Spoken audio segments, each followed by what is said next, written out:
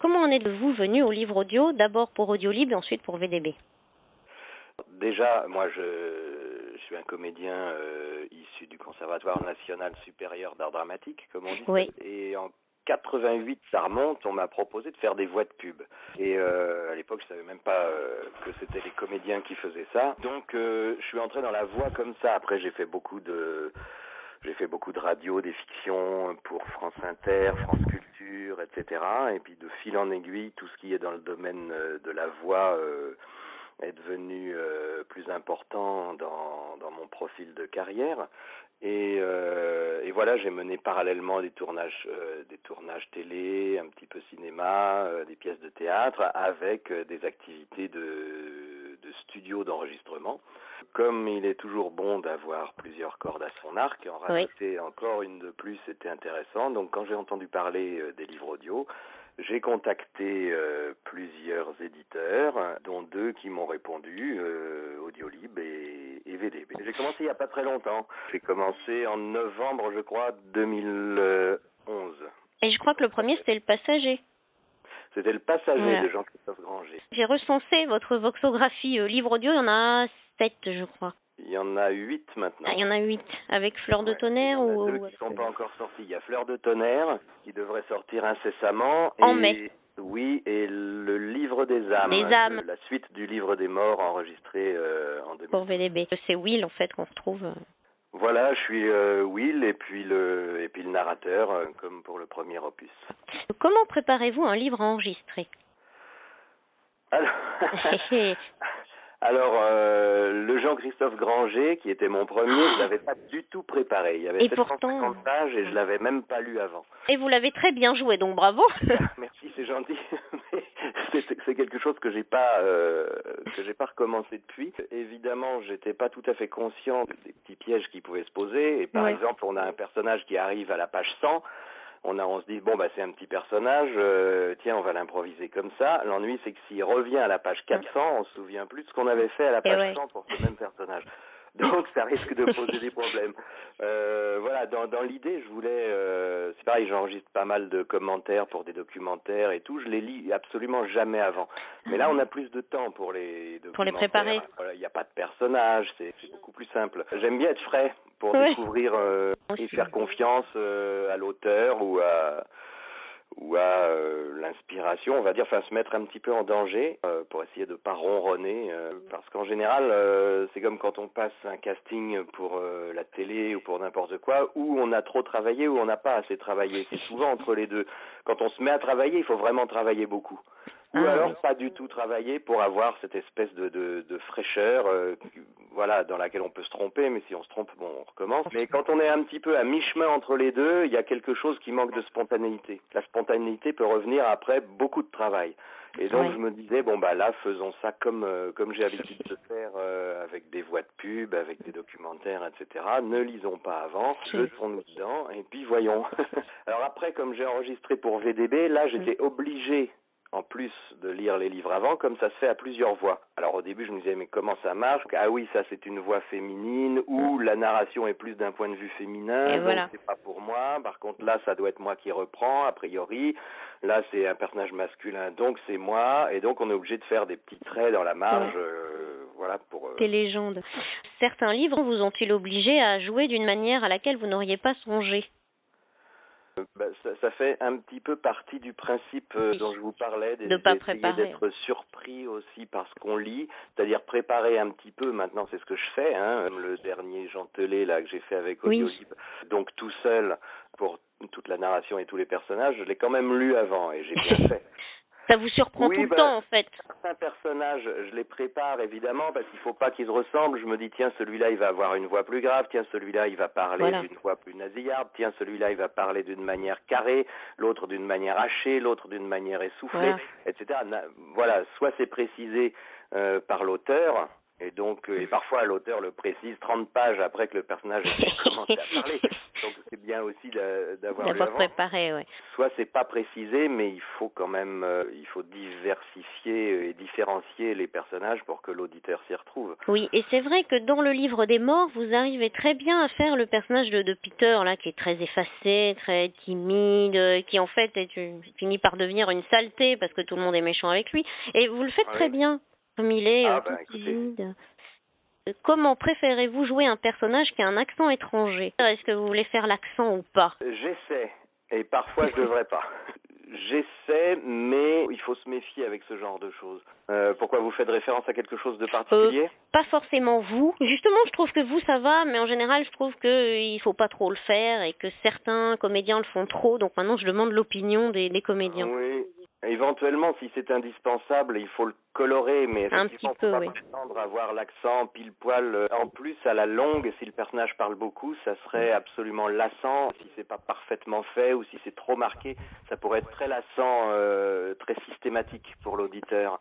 Dans le Gentelet, ça se passe en Bretagne au début du 19e siècle, et moi, je suis originaire de Bretagne. Ah, donc vous savez ça m'a comment. un peu servi pour colorer, parce que si on parlait avec l'accent parisien de maintenant et tout, il me semblait qu'il y aurait quelque chose qui ferait pas assez rustique. Et donc j'ai coloré certains personnages d'accent breton, ce qui ne veut pas dire grand-chose parce qu'il y avait plusieurs accents en Bretagne. Maintenant, il y en a plus aucun. Il y a l'accent de France. J'ai coloré certains personnages en me disant que ce serait sûrement mieux, comme c'est très très ancré dans le terroir, ce livre, je me disais que ce serait mieux et que ça renforcerait le caractère rustique de l'histoire. Mais c'est peut-être bien fait si vous l'avez pas exagéré. J'espère. Alors, en tout cas, j'ai eu de bons échos, j'ai hâte de l'entendre. Voilà. Mais justement, je me suis contenté de colorer certaines phrases et puis pas toutes et pas trop pour que ça fasse pas. Il a perdu l'accent, là il le reprend. un petit peu fin, un petit peu subtil. Mais tout ça, c'est sans filet évidemment, puisqu'on enregistre un livre dans la continuité et très rapidement, on se reprend assez peu finalement. On n'aurait pas le temps. Est-ce que vous faites des gestes quand vous enregistrez? Oui.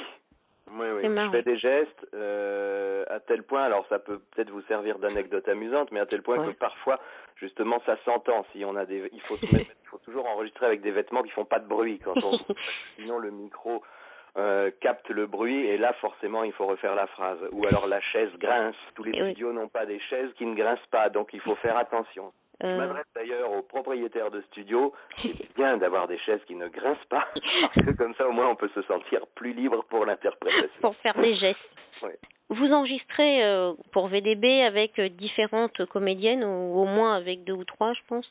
Est-ce que vous êtes ensemble à chaque fois ou pas forcément? Parce que ça dépend en fait des livres. En principe, oui. En principe, oui, mais pas forcément.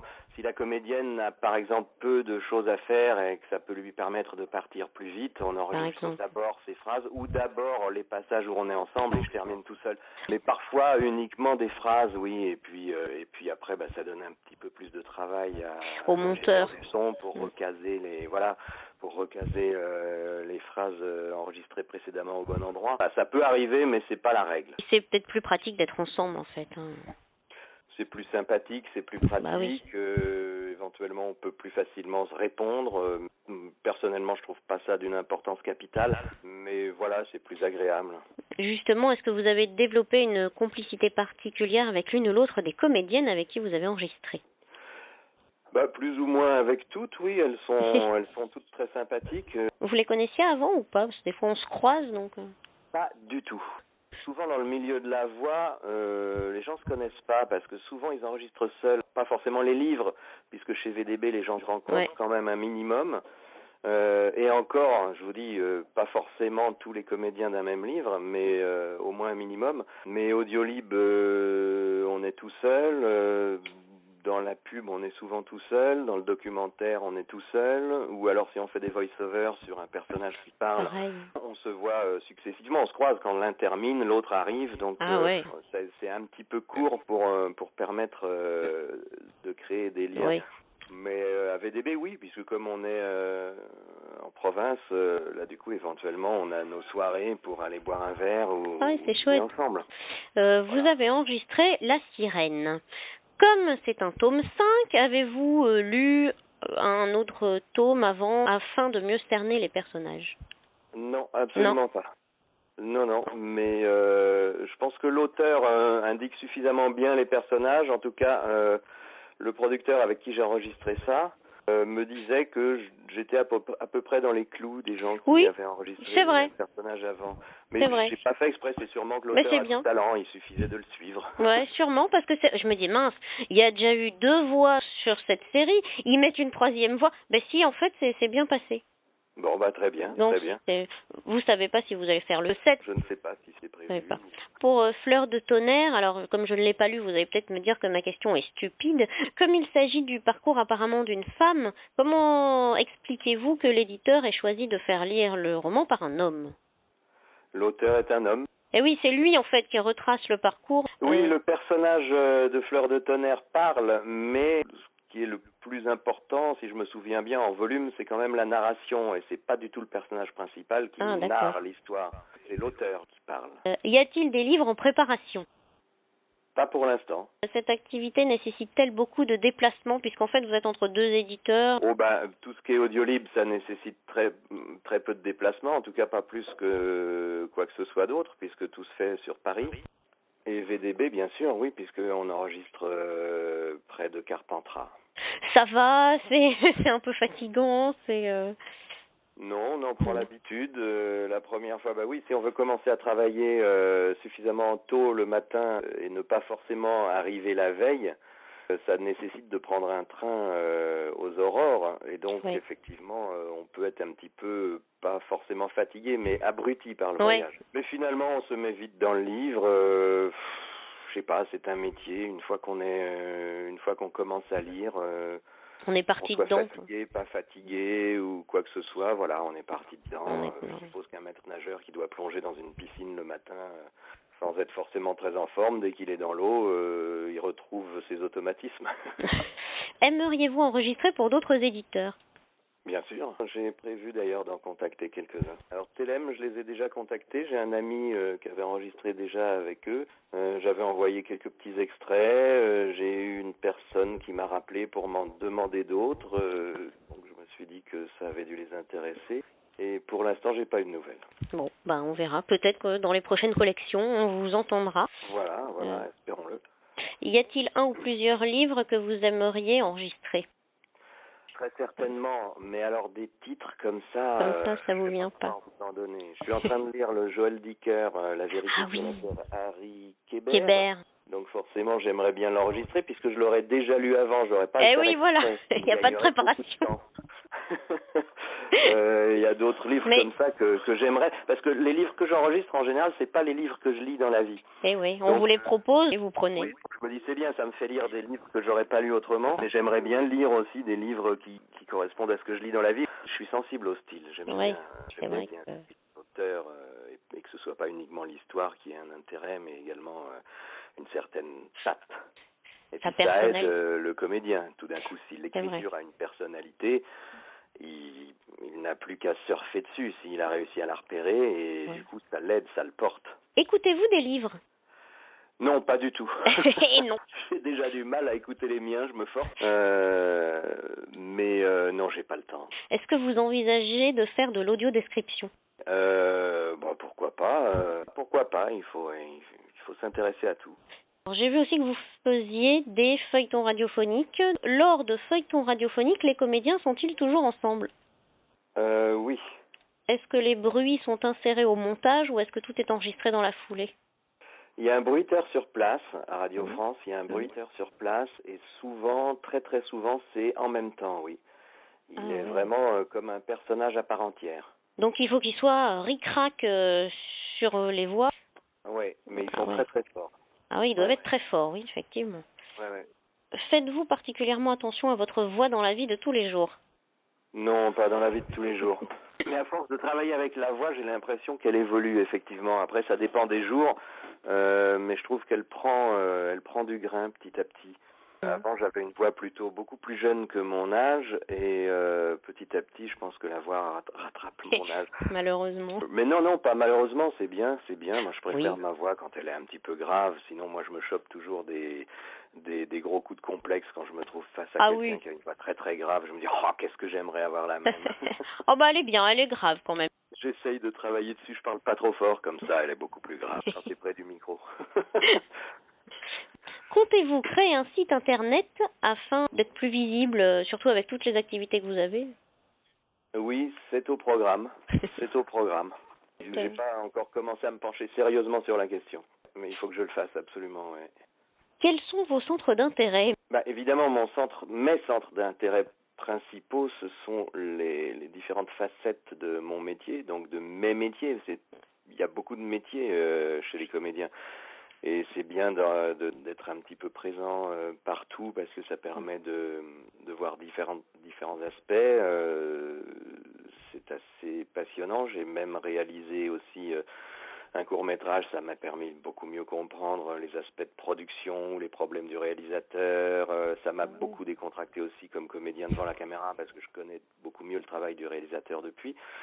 Donc je m'intéresse vraiment à des tas de choses qui ont trait à mon métier, mais sinon en dehors du métier, je m'intéresse à la chanson parce que ma compagne est chanteuse. Je me suis beaucoup intéressé au sport automobile que j'ai pratiqué pendant 5 ans. J'aime beaucoup la gastronomie. J'aime beaucoup lire, mais parce que je suis en train d'essayer de commencer mon premier livre en tant qu'auteur. Ah oui. Donc, du coup, je lis les livres avec un autre œil, en étant plus attentif à la structure, notamment. En décortiquant le style, la structure, la façon dont elle s'est amenée. Souhaiteriez-vous ajouter quelque chose? Vous êtes la première personne à m'interroger sur le livre audio, donc je ne sais pas exactement ce qu'on pourrait en dire de plus ou d'autre. J'aime vraiment beaucoup ça, j'aime ce côté marathon. Bizarrement, je me fatigue sûrement, mais en le faisant, mais on fait des pauses quand même plusieurs fois dans la journée. Mais j'aime bien ce côté performance, justement, d'enregistrer pendant des heures quelque chose, d'avancer. Ce qui est amusant, c'est que je lis beaucoup plus vite derrière un micro que chez moi pour préparer. Ah oui, franchement, il me faut 3 semaines pour lire un livre que je vais enregistrer. Et je m'endors dessus en général. Alors que dès qu'on est derrière le micro, je me dis j'ai fait 120 pages aujourd'hui. Waouh! Mais il m'aurait fallu 8 jours pour faire ça chez moi. Ça c'est l'amour du métier. Et puis je lis lentement. Chez moi, je lis vraiment lentement. Je décortique, je dis pourquoi il a mis ce mot-là et pas tel autre. Voilà, je lis à fond. Alors que quand on est derrière le micro, faut y aller. On se pose plus toutes ces questions. Du coup, vous n'appréhendiez pas la lecture de Le Passager? Je me disais comme c'était un gros livre et que c'était le premier. J'aime vraiment être derrière un micro. Je me sens vraiment chez moi dans les studios d'enregistrement. C'était sûrement assez inconscient, mais heureusement que ça s'est bien passé apparemment. Mais ça devait être inconscient de ma part, un peu casse-cou. Mais j'aime bien quand même ce qui est casse-cou. Je trouve que ça développe les capacités. Et puis, j'ai sûrement eu beaucoup de chance. Ça s'est pas vu, que vous aviez pas préparé. Ouais, tant mieux. Après coup, je me suis dit, oh là là, j'aurais vraiment dû préparer. Mais franchement, 750 pages, il aurait fallu que j'ai le livre 3 mois avant. Regarde, par rapport à ce que je viens de vous dire. Merci beaucoup. Écoutez, je vous en prie. Au revoir. Au revoir.